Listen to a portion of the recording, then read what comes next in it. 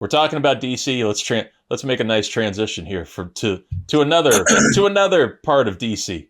You know, even more fun. There's been plenty of misery in DC.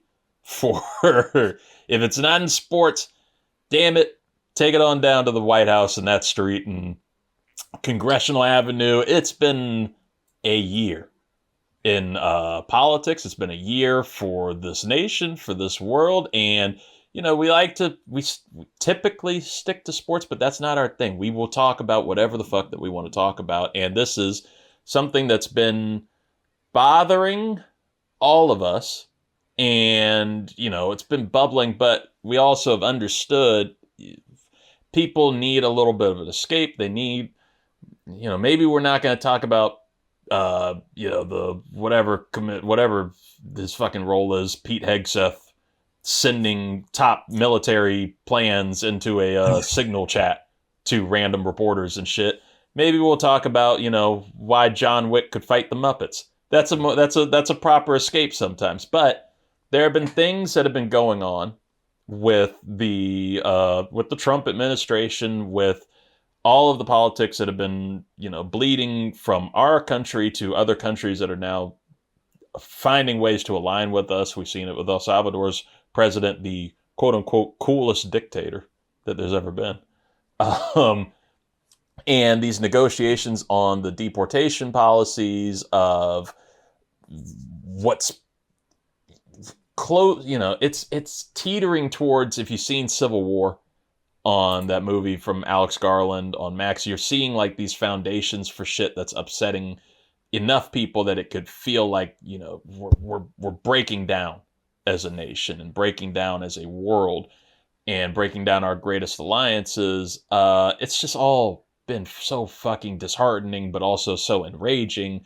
The tariff shit has just been, you know, everybody's been learning, been trying to figure out tariffs. They've been trying to figure out stocks. Everybody's been trying to figure out what the fuck is going on or going to happen. Luis, you've been one of our best political venters, one of our best ranting minds. What has been going through your mind so far in 2025, and how have you been able to like stay sane through all of this? You gave one of our best lead-ins to the election, talking about Pendeos for Trump. So, look where that got us. Yeah. So I always like to start by kind of explaining the place that I come from when I do my political analysis, because a lot of the times if you say, you know, I'm for this, everybody assumes that, like, you know, if I say something that's like critical of Trump, everybody's like, well, you love Joe Biden and Build Back Better. And I'm like, no, I despise Joe Biden. Joe Biden was a racist. Joe Biden was somebody who put in rules in place that locked up Black and brown people in droves. Joe Biden was against gay marriage for several years until it became politically expedient and good for him to become pro-gay rights. So I despise the majority of the candidates. Kamala Harris locked up tons of people. I thought she was a horrible candidate. Tim Walz, not so much. So I'm not a Democrat. I am a progressive leftist socialist. I believe in, you know, democratic socialism. And, you know, I'm more like on the Bernie AOC train, for anybody wondering, right? So I also love when, you know, the two sides switch sides on an issue. I love to see hypocrisy in place. For example, you know, when Obama was going to appoint a Supreme Court judge, seat that became vacant a couple of months before the new presidency started, the Republicans yelled that that's unfair and that the new president should be able to choose that. And then because there's an election coming up and the people should decide who decides, this can't be that. Blah.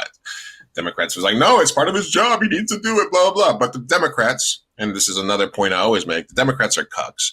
Republicans are the devil, but Democrats are cucks. Democrats love to have the moral high ground.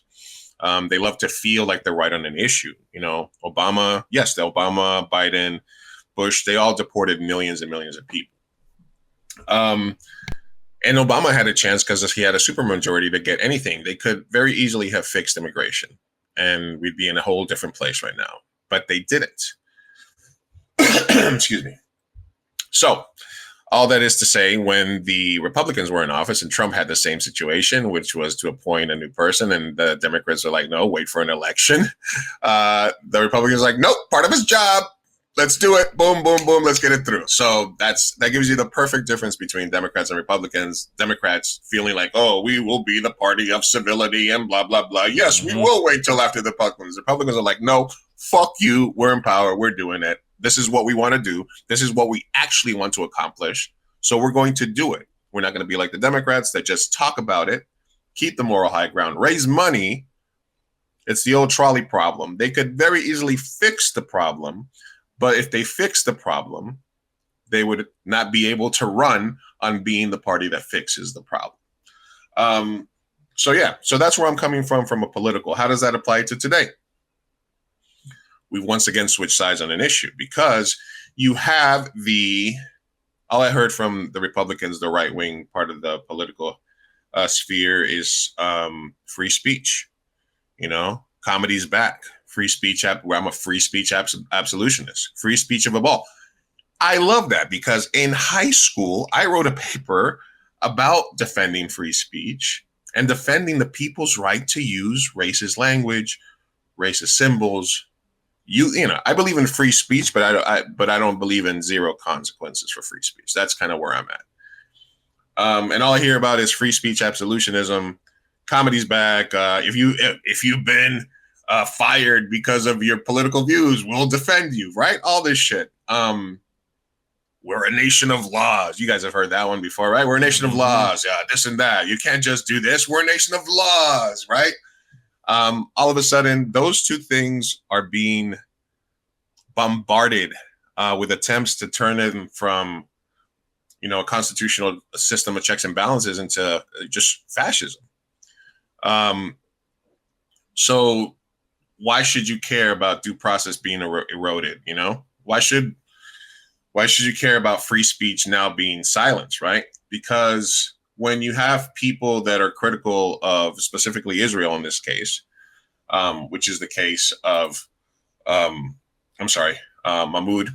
Mahmoud Khalil, who was, arrested, Columbia University, black bag, sent thousands of miles away from his family, allegedly because he was here because you have to be a complete fucking idiot to just look at a demonstration, see somebody who's part of the demonstration, see somebody who's playing the role of mediator between university and protesters. Look at his ethnicity and say, oh, he's here on a student visa. Let's just fucking get rid of him. Right? Then when they approach them, then when they try to tame them, they're like, no, he's actually not on a student visa, which is easily revocable. He's got green card status. He's been through the process. He did things the right way. We're a nation of laws. He does things the right way. Oh, but we're also able to do that. Why? How are you able to take away somebody's green card after they've already gone through the process? Well, and this is the key word, after 9/11, he's a terrorist. So he said something mean about the country that's fighting these guys. So so he's terrorist adjacent, I guess. And then you black bag him, you take him to another state, you hold them indefinitely. You don't let them, you don't give them, So due process. So the people that are pro First Amendment, pro free speech, pro due process are now okay with the erosion of due process. Why should why should I care? Why should other people care if it doesn't affect them directly? Well, because again, this is where we get into the thing that they also love to say, which is if you can't allow gay marriage, because that's a slippery slope. You give these people too many rights, it's a slippery slope. It's a slippery slope, blah, blah, blah, right? Well, we're on the slippery slope, right? And, we're escaping fucking P. Diddy with fucking a can of KY jelly chasing after us because we're slipping and sliding. So why should you care that they're eroding due process? Why should you care that a guy with a tattoo of a weed leaf, a smiley face, a cross, and a skull got photoshopped to say MS-13, even though there's zero evidence that those, so M for marijuana, S for smiley face. So they were so this guy was wearing a Chicago Bulls jersey and being brown. That was his crime. He was brown and he was wearing a Chicago Bulls jersey. Gang member. Mm-hmm. When they do intake, they take pictures of all your tattoos, right? If he would have had MS-13 tattoos, they would have been on the intake form, the report, right? Yeah. That wasn't the reason that they said. They said he was a gang member because he was from El Salvador, and he wore a Bulls jersey. Mm-hmm. So again, we have all worn our team's jersey in an area. I've worn a Mets jersey in San Diego. You know, when you're traveling, sometimes you take your team's jersey on you know what I mean? Yeah. We've all been there. I've been to the Padres game I've been to a Chargers game in a Jets jersey. I did almost get stabbed. So why should you care? It's because it's a test of our due process. It's a test of the erosion of the checks and balances. We need to arrest radical judges, right? You're hearing that right now. We need to arrest radical judges. Mm-hmm. The judiciary checks and balances is the only thing that's keeping us from entirely being a different type of country, right? Congress is too afraid to say anything, except for the senator that went down to El Salvador. And then AOC and Bernie were doing the rallies, right? Everybody else is some guy, this guy gave a 36-hour speech. Okay. Where did that get us? Right? Why should you care? So if they can take somebody wearing a Chicago Bulls jersey and take them off the street, say that the marijuana actually is not marijuana, it's for MS-13, and put them in, and then immediately then they're dissolving due process. The difference between the 50 million people that Obama deported, the difference between the $10 million that Biden deported, because I saw another meme where it's like, there's been 30 injunctions on Trump deportations. There were 0 injunctions on any of the Obama, Biden, George Bush deportations, right? Okay. That's because there was due process, right? Because if you were deported during Biden, during Obama, you went to see a court, you were able to order your case, you were able to ask for an appeal, you were able to ask for an extension, you were able to ask if you could leave on your own accord so you could kind of take care of your business, you were going to give a removal date. And then if you missed those, then they would find you and they would deport you. So you were giving due process. People had lawyers.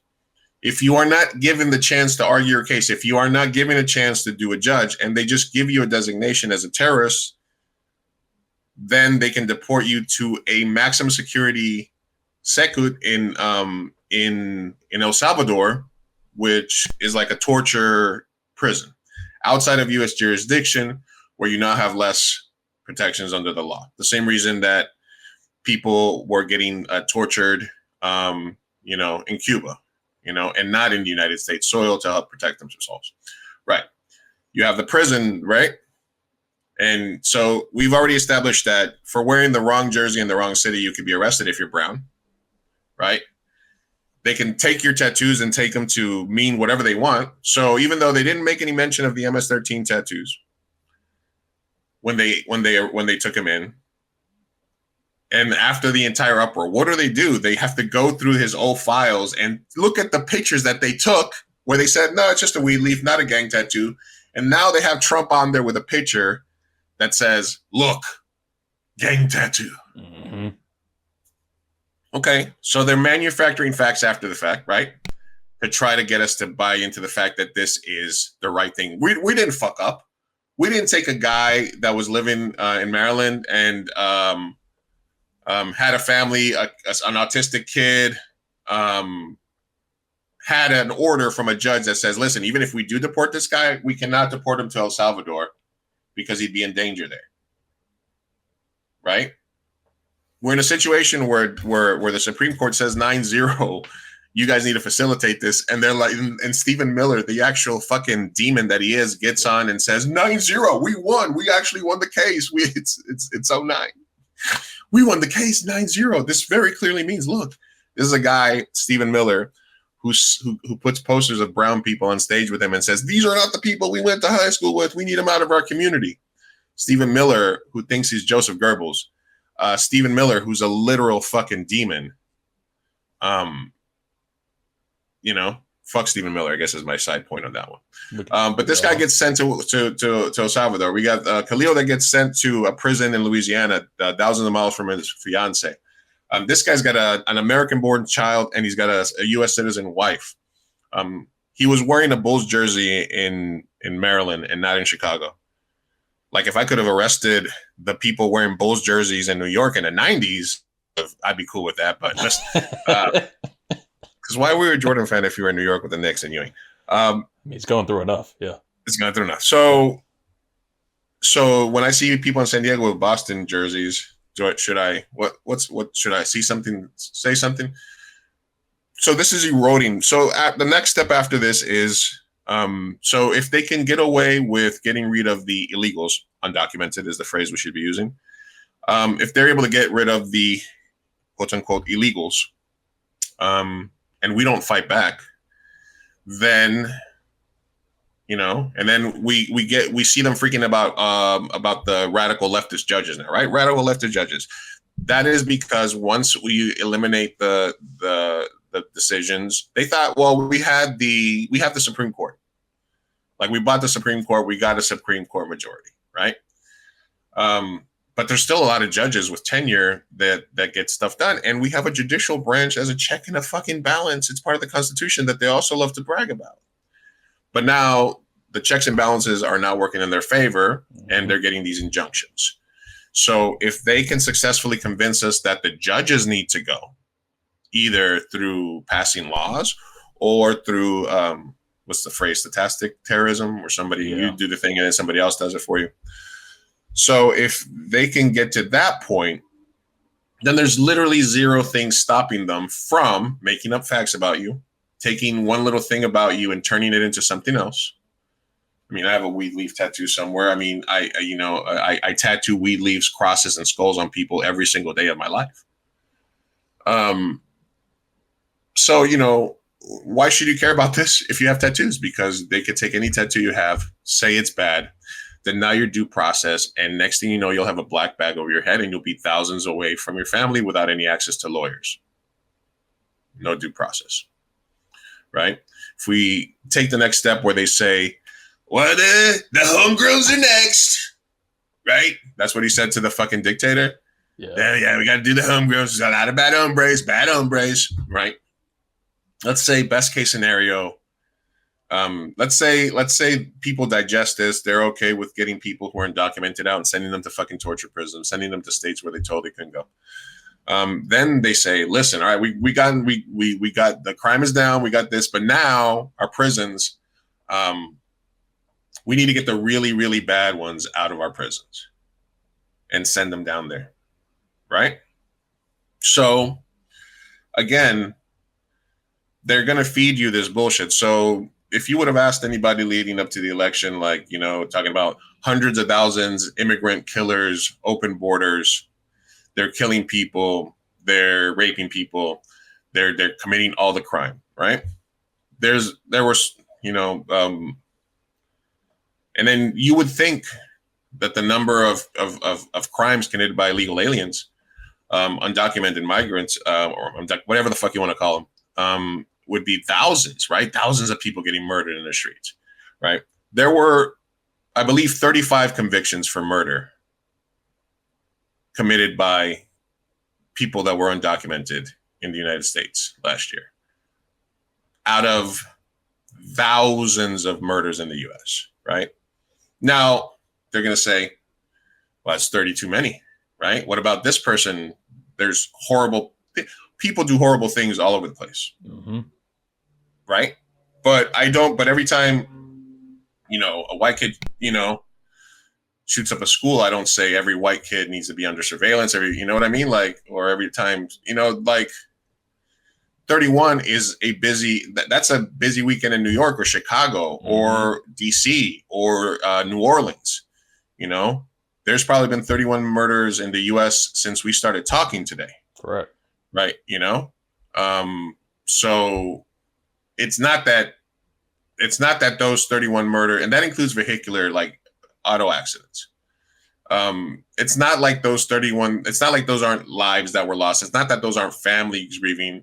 But for you to then take one of those families when you're talking about a guy who you manipulated information about, right, who a Supreme Court has told you need to bring him back, and you'd refuse to take that step backwards, because taking that step backwards means that you're not going against you're going against your script. You're not your whole thing is, I'm infallible. I have a mandate to do this.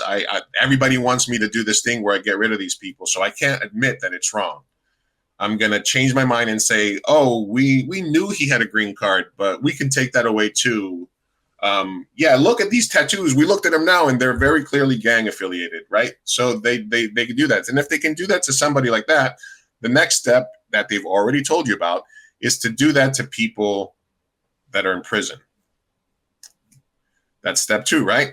Who do you think the people that they're gonna choose? Do you think that there's gonna be a lot of white people getting sent to El Salvador, or do you think they're gonna take the like shot callers, and like the people in the black and brown people in the supermaxes, and say, no, these are the worst they're the worst. They're the Bloods and Crips and this and that. We need to get rid of them. The top guys have to go. Right. So now they've allowed you to pick and choose, take U.S. citizens out of the country. Right. Now, if the courts, if they get away with getting rid of the courts, if something happens or they try to get rid of radical judges, right? Or if they try to weaken the judiciary branch through Congress, which they have in the bag, right? All of these things will continue to lead us down that path where we are, in fact, in a dictatorship. So why should you care if you're black? Because eventually they're going to come for black people, right? Just how you guys are a buffer for us on the racism scale, we are a buffer for you on the erosion of rights scale, right? Why should you care if you're LGBT or if you're like gay MAGA? Why should you care? Because they're coming after marriage equality as well, right? They're doing this. They're doing the whole thing. They're doing what they said they were going to do. And the difference between Republicans and Democrats is, like I said, Democrats are cucks. They feel that they just need to hold on to the moral high ground and do this and that, and that's it. While Republicans just do what the fucking they say they're going to do. We're in power, right? Another example is Biden when, he would try to do immigration reform, and then they're like, no, the parliamentarian says you can't do that. When you know what you can do to a parliamentarian? You can fucking fire them and get another person in that says, yeah, you can do that. But no, because they feel that they have to be. And it could be just conspiracy theory. It could be just that they don't really want to fix anything. They the reason that both sides are okay with not fixing immigration is because it allows for the exploitation of labor in the U.S. And a lot of these countries, and a lot of what's happening, and a lot of what drives the economy is the exploitation of migrant labor. Just like those big giant raids, sometimes who calls in those raids on those fucking pig farms and shit like that? The company themselves. Yeah. Right? Because what happens is they get an exploited workforce that's there for years, and they're being exploited, and they're making money for the company. And one of them was like, hey, listen, I know we're undocumented, but can you guys improve their working conditions? Can you guys maybe give us a little bit more money? Can we get more of this? And they're like, ICE. And then they wipe out the workforce. It goes on the news. They're doing enforcement. And guess what happens a fucking week later? They are immediately replaced with another wave of different workers that haven't been exploited, that are just now starting to get exploited. And then they can make money off of those, right? So, like I said, and then you're like, Lou, why do you care? You're in California. You're a tattoo artist. What's going on? And honestly, the economy is okay for us because we work with Navy people and they just got a raise. So even when shit's going to hell, there's still going to be a lot of military people with expendable income. So come on down to SoCal Tattoo and get a tattoo. But Why is it important to me? Because I, at one point, was an immigrant. I am somebody who did things the right way, so to speak. And it took me 20 something years to gain some sort of legal foothold in this country and a temporary protected status. And guess what? Even in that status, because all Obama could do was DACA, right? Even in this status, at any second, they could very easily choose to deny it. The same way Biden gave protections to Venezuelans and Haitian migrants, Trump extended the protection to Venezuelan and Haitian migrants. And now he came back in a second time and he's like, actually, no, sorry. I know we promised you safety and a life here where we have jobs and everything for you, and you guys are contributing to the economy in Ohio and all this stuff. A lot of people that like me hate you. So I need to go ahead and remove this protected status. And now we're going to send you to, now that you've been living in the US, we're actually now going to send you to maximum security prison in El Salvador. And if we make a mistake and you're not supposed to go, we're just going to say, oh, well, right. So there's not that many steps left from being able to do this to the marginalized, to picking off more marginalized groups, to then, they're already looking for people through people's phones to look for un-American thought. They're saying that at this point, it doesn't matter to me who you voted for. I'm not interested in having arguments like, well, you're a lefty or no, I don't give a fuck. That's why I always tell people the Democratic Party is the most corrupt organization in the world. They fucked over Bernie Sanders twice. They disenfranchised thousands of young voters when they fucking force-fed Hillary Clinton, the worst candidate of all down our throats. The Democratic Party is a shit show, right? But so is the Republican. And until we figure out that it's not left versus right, but class warfare, look what they did to fucking Luigi Mangione. They brought him out there with a SWAT team, the mayor of New York. Why are they making an example? Why that one murder in New York terrorized everybody, and now he's a terrorist so that they can give him the death penalty? Why do you think they're doing that? It's to keep us in fucking line. They keep fighting. Oh, you like country music. You're a leftist. You're a rightist. You're broke.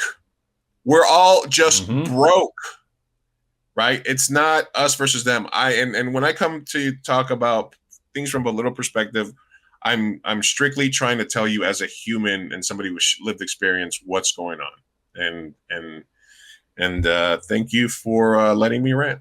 And that's what we need more of, is the ability to listen. And that's where like shit falls apart. Like I think there's these conversations that if there's a slight difference in opinion, right? If there's a slight difference in opinion between people, they hear something that they don't like, boom, off, echo chambers all over the place. If we have the ability to listen and actually see the commonalities that we have, which is where you said we're all fucking broke compared to the people that are really keeping shit in charge. Like that's a common thread for us. I like that you brought up the Luigi Mangione picture too. That was something that was like straight out of Gotham City.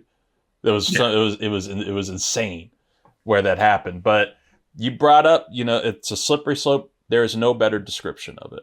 You see soft launching, people soft launch relationships. It's our nation soft launching fascism. Like that's what's happening. Yeah, and I had somebody the other day. I once in a while I'll make time for discussions, just because sometimes I just like to try to open people's eyes and stuff. But I was having a conversation with somebody the other day, and they said, and I was like, look, I kind of made that point. I was like, the difference between these deportations is due process. And if you don't see how due process being eliminated and checks and balances being eroded is not going to affect you, then I don't know what to tell you. And his response was, well, you guys had Fauci and nobody elected Fauci and we all had to take a vaccine. And I was like, and at that point I was like, yeah, that has nothing to do with what we're talking about, man. I'm like, if you didn't want to take the vaccine, you didn't have to take the vaccine. Like, right. It's all right, man. Like, your body, your choice. That's another one, where we love to flip sides on. But yeah, so yeah, less us versus them, more us versus the rich, I think is what we all need. That's basically it. That's class basically consciousness. it. That's all we really need. Yeah. Be truthful with what class you're in, because we all see each other as temporarily maligned billionaires, and and I love the guys that just fucking just simp for Elon so hard, and they're like, no, bad times are actually good, because then you get to pull yourself up by your bootstraps, and weak times create tough men. Weak men create tough times, and tough times create strong men. And right now we're in the tough times when the tough men. And I'm like, oh, I'm just like, look, we can do everything. Money's not real. Anytime you hear them write a fucking 50 billion check for Israel or for UNS or for the fucking budget, you never worry about it. But all of a sudden, when we want to fund education, kids' lunches and other shit, money's real. When we need money for the VA, money's actually, we got to cut Medicare. We got to cut Social Security. Money's real now. When it's shit that could benefit us, we don't have money for that program. Money's not real. It's there. But whenever we have to write like $1 trillion check for fucking more missiles to bomb more brown people, we find the money. So stop simping for fucking billionaires, because if no matter how hard you throw it back on Elon, he's not going to fucking piss on you. He doesn't give a fuck about you. Yeah. Trump doesn't give a fuck about you. Biden doesn't give a fuck about you. None of the rich give a fuck about you. They'll just go on a fucking tweet liking spree to make you feel Nancy Pelosi don't care about black people, even though she wear look, man, people getting murdered in the streets, and they fucking like, what we should do? Like, they actually like thought about this, wrote it down, sent out a memo. What if we all get the dashiki? And then we kneel. And then we kneel 6 feet apart because of COVID. And then we just kneel, and boom. That's like that's like Gal Gadot singing Imagine from her mansion. Like, that did not age well.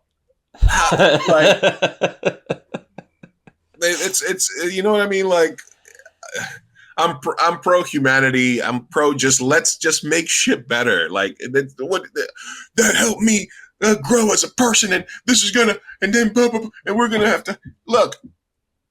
And as a leftist socialist Democrat, I think, just to close this out for you, because I know you don't want me to lie, tariffs, when done correctly, to support existing manufacturing infrastructure.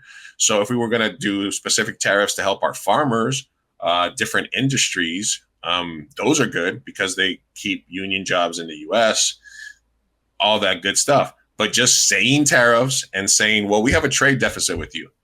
You guys are a poor country, and you're sending us whatever fucking thing your little poor country can scrape out of the ground. But we just realized you're not buying our F-150s. You're not buying our diseased chickens. Oh, we're vegetarians, sir. No, you got to buy our diseased chickens. You got to buy our diseased beef, and you got to buy our big ass cars. And they're like, no, we don't need any of that. We don't. Our roads are really small, so we can't have like the fucking dualies on the back. And they're like, you got to buy the cars, or you got to buy guns, one or the other. You need us, because that's what a reciprocal tariff is we import things for you. You don't import things from us. That creates a deficit. It's the fucking dumbest way in the world to think about how you should charge people. Just because there's an island that exports fucking olive oil, but that's all they have, and they don't need the shit we have, that's going to create a deficit. So tariffs to help existing manufacturing, but just saying tariffs, just saying reciprocal tariffs, and just, how long it takes to build a factory, create the skilled labor workforce, recruit the skilled labor workforce, get them trained, and get a product running. It takes months, if not years, to do something like that. So saying we're gonna do 1,000% tariff on chips from China because we're gonna start making them right here, and everybody's like, so when are we making it? When are we gonna start making it? Are we gonna retrofit this factory so that we can make chips? We used to make like George Foreman grills here. How the fuck are we gonna make chips? We used to make Ford Fiestas back here. How the fuck are we all of a sudden gonna make like Teslas? Like, that's just stupidity. So, and then even if you are a company that's like, all right, cool, we're gonna invest in, okay, you guys, okay, tariffs. Okay, we're gonna have to build stuff in the U.S. All right, we'll start looking into like planning and building some factories here. Oh, but you want this done in 90 days. Oh, fuck, we're fucked then. But then it's like, but actually, no, we're going to art of the deal, pull the tariffs back. I put the tip in, then I put it back out. It's the art of the deal. You don't put it in all the way. You just put it in. You say you're going to put it in, then you take it out. It drives them crazy. They love the tariffs. And then all of a sudden, the tariffs are off again. And anyway, on goes this fucking hellscape that we're in. I hear you. I really do. But I don't think you understand how many millions of dollars we spent on the Imagine Dragons soundtrack for those Chevy Silverado commercials. We have to make it back. They're the best songs, some of the best I've heard. They've told me. I truly believe it. You gotta imagine the dragons. I love it when you looked at. I've never seen dragons more imagined. These are the most imagined dragons you've seen. Fuck, when he saw the Tesla and he was like, "It's all computer." I love it. The dads never see. It's all computer. Look, it's all computer. You throw a rock right at it, just a small crack. That's it. That's it. Yeah. Oh, folks, yes, we got it. Look at the look. I could not have had a better rant for it. You said it all. You said it all for me. The only thing I got, bring Kilmar, Abrego Garcia, bring him back, because it's been the most infuriating shit to me of all of it. And just like you've said, it's a slippery slope. What's happening right there with Garcia is it's the soft launch into seeing if this is okay, seeing if it's just going to disappear, if the outrage is just going to fade away, through the news cycle, when things appear, when, whatever the fuck starts capturing your algorithms, if it's the Pope dying, if it's The Last of Us, whatever the fuck is going on, whatever the draft hits and shit, are people just going to slowly forget about what happened to this dude who is locked away unfairly without, he's an administrative error, as they said right at the start? Or are we just going to forget about it and allow this shit to continue to happen? Oh, God. And you're 100% right. It's an administrative error, but you're going out of your way to Photoshop hand tattoo pictures and to see it was an administrative error. But we're right, because he's a bad guy, and this guy, and look, this lady's daughter got killed. So and they were like the same color. So we're doing it because her daughter got killed. I know you guys are saying that this guy is not a bad guy, but there's a bunch of guys that look just like him that are bad guys. We made a mistake, but he's already there. So what if we just you guys cool if we just leave him there? Because we don't want him here anyway. And he's already over there. And the Supreme Court said we had to, but we're going to ignore the court and see if you guys let us get away with ignoring the court. And if you guys start letting us get away with ignoring the court, then we're just going to ignore whatever court decision we don't like. And that's not checks and balances. That's not due process. And it doesn't matter what the fuck you think about what soy boys or fucking MAGA guys do or think. It doesn't matter. It is a universal truth that erosion of due process, erosion of checks and balances is bad for everyone. And it's hitting the manosphere too, because Joe Rogan already was talking about it. Yeah, there's Joe Rogan is starting to talk about wait, what? What? You know what I mean? So the backlash will start eventually. This shit is going to start physically affecting more of the people that voted for Trump. It's already affecting them, as you can see at the town halls, and as you can see, it's already affecting people. So this will unravel faster than you think. And, let's hope we don't have to, you know what I mean?